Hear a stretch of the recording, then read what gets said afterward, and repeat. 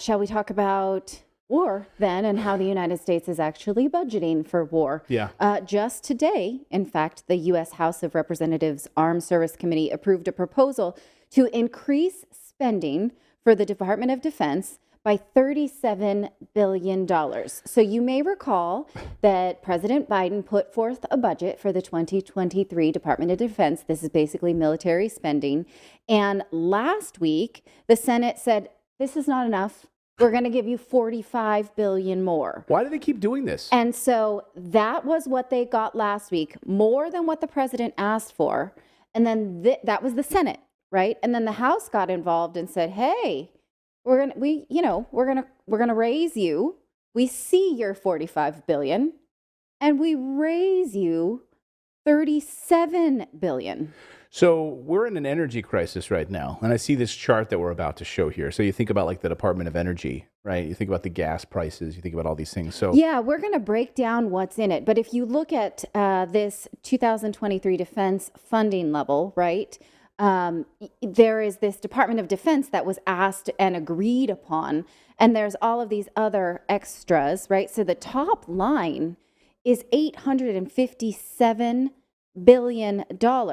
Now, last year, when the number came in at $778 billion, we freaked out, right? Because that was $25 billion more than the president asked for. But this year, hey. I've been freaking out for years on this, going back to my time when I was a news anchor at Fox News, on the morning show, on Fox and Friends. Even before that, I was probably one of the only people at Fox yelling about this.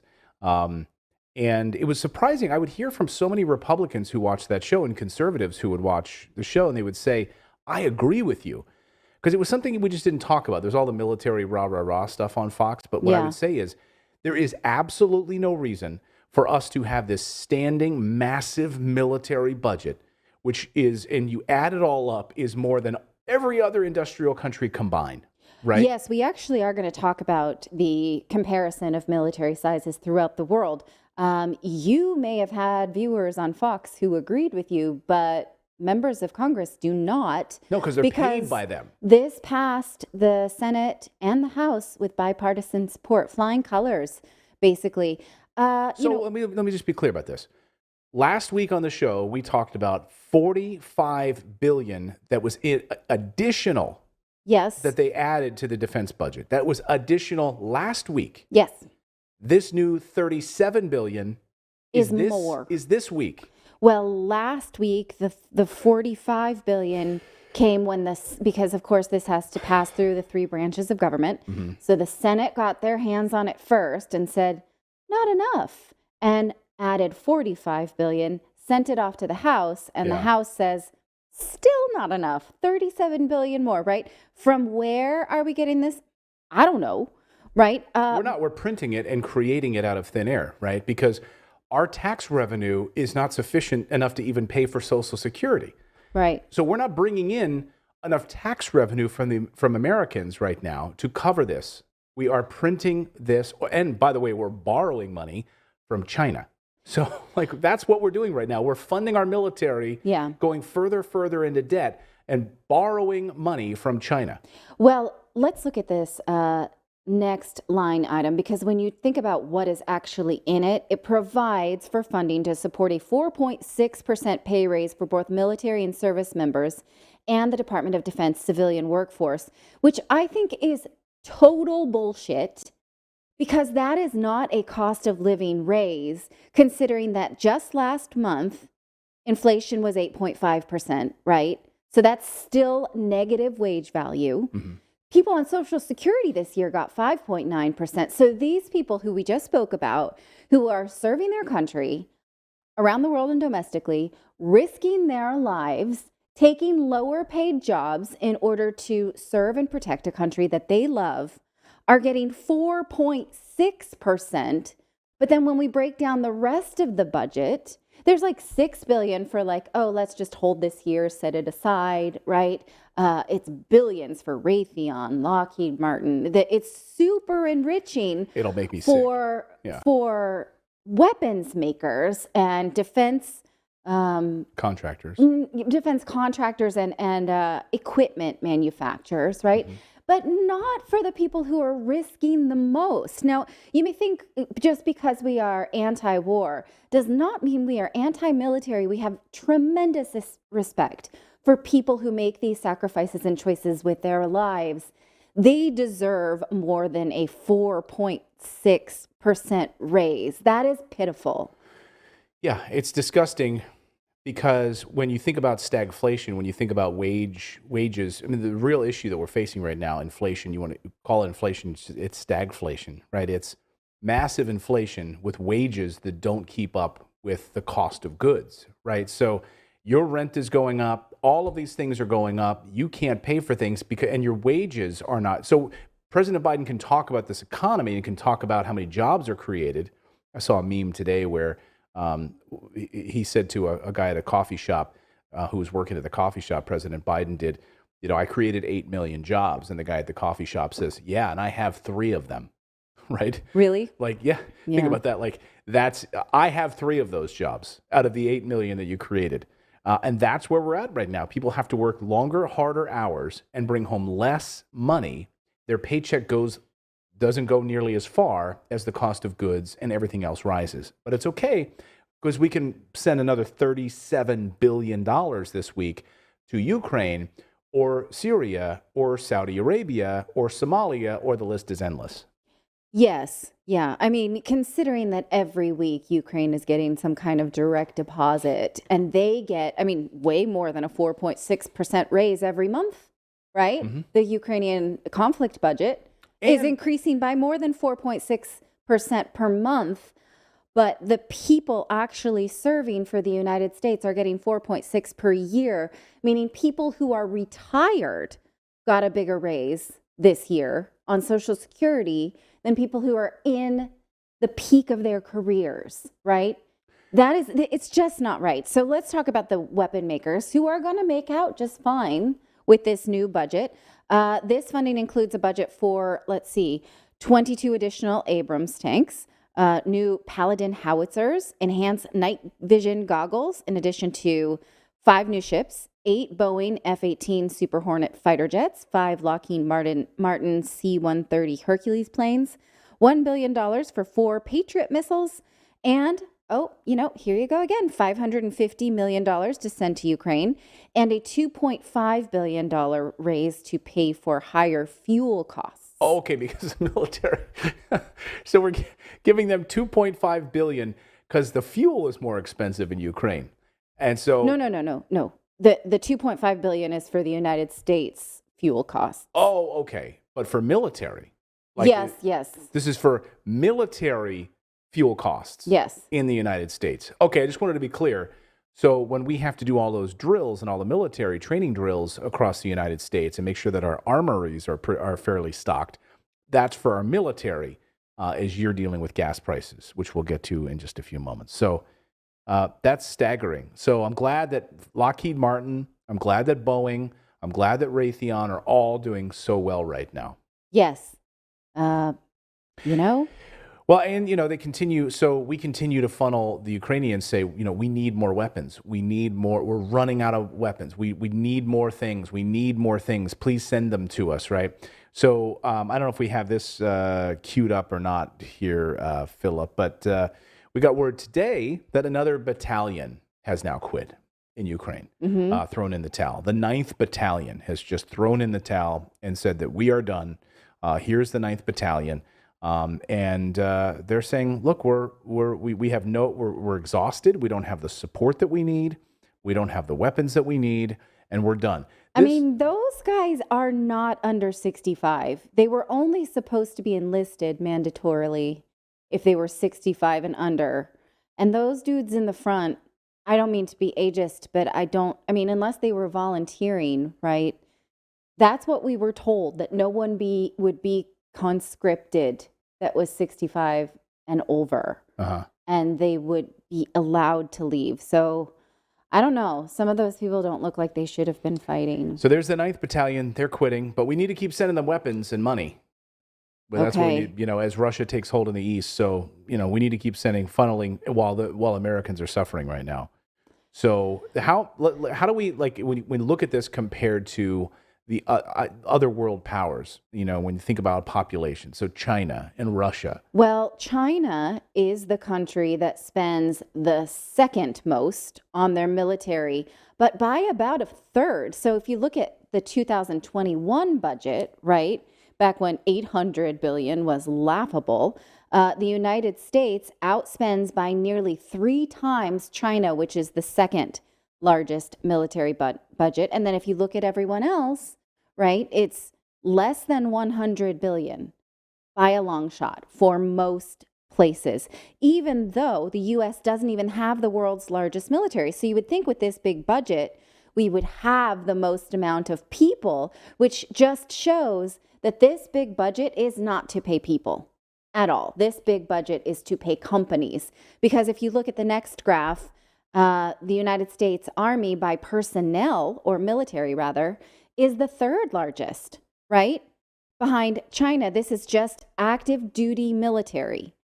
So with this big budget, it is not because the United States pays so well or has so many people. No, it's not to pay them at all. They don't make commensurate with what their sacrifice is by a long shot, right? Which begs the question, how do China and India support these larger militaries with lower budgets? I'm asking that sincerely. I don't have an answer for you. Well, one thing is that their currency is not supported by thin air and debt. Maybe that's one way. I mean, China, has a few oil futures tied to the petro yuan. Go ahead, Philip. You were going to say. Oh, sorry, I was just going to say, like, I think a major contributor to the difference in that is how embroiled, like, in their society, their military industrial complex is. I mean, I know China definitely has one, but a lot of places like India, stuff like that, when they're arming their military, they're getting it from somebody else for the most part.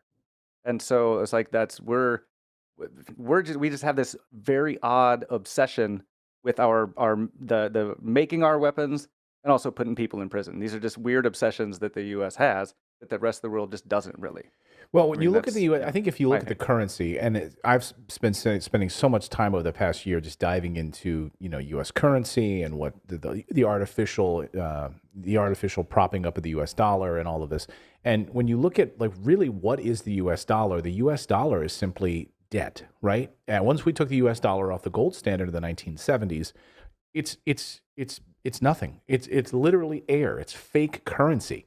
That's what the United States dollar is. And it's backed by what? It's backed by, as many of you have actually made in comments over the past week or so in our comments on our videos, you've said, and I'll ask you right now, it's backed by U.S. arms. It's backed by U.S. guns, right? So when we go into Yemen, when we go into Syria, when we go into Somalia, what we're doing with those thousands of soldiers that are there, we're helping weapons manufacturers and defense contractors to extract minerals from the ground, and we're guarding them with armed troops. That's what we're doing, right? So when we say we're not on the gold standard anymore, then we are a debt-based economy. And what does the U.S. dollar stand for? It stands for strength. So we're in 159 countries. U.S. troops are in 159 countries. Yeah. So we can strong arm the world into using the U.S. dollar as a reserve currency of the world. We can say, we have these military bases here, so you use the U.S. dollar as a reserve currency. Over 750 U.S. military bases around the world, and U.S. troops in over 159 countries. So we're in your backyard with guns. You're going to use the U.S. dollar as a reserve currency. What is it backed by? It's backed by weapons. It's backed by guns. Fear. And belief. Yeah. Yeah. Did you have the U.S. debt clock up there? I think, here's the U.S. debt clock, by the way. I think there's the... Yeah. Yes. God, 30.5 trillion U.S. debt. I remember when I was in high school, going back, I graduated high school in 1995. I look good for 45, don't I? Man, yes. It feels so long ago. God, I feel old now. High school, 1990s. Thinking about the U.S. debt, I remember at the time. You got lost there a second. No, Al Bundy. God. Would you like to tell us some stories? Back when I was in high school, I was About high school football. playing water polo at the Hey, come back to us. Wilson High School in Reading, Pennsylvania. I was state champions. Feels like so long ago. Just thinking about the U.S. debt back then. I think it was like 7 Trillion. 6 trillion. And we talked about it in class, in my social studies class with Mr. Vogt. And we had a whole discussion about how even at that price, it's almost impossible to pay it back. Think about now where we are, 30.5 trillion.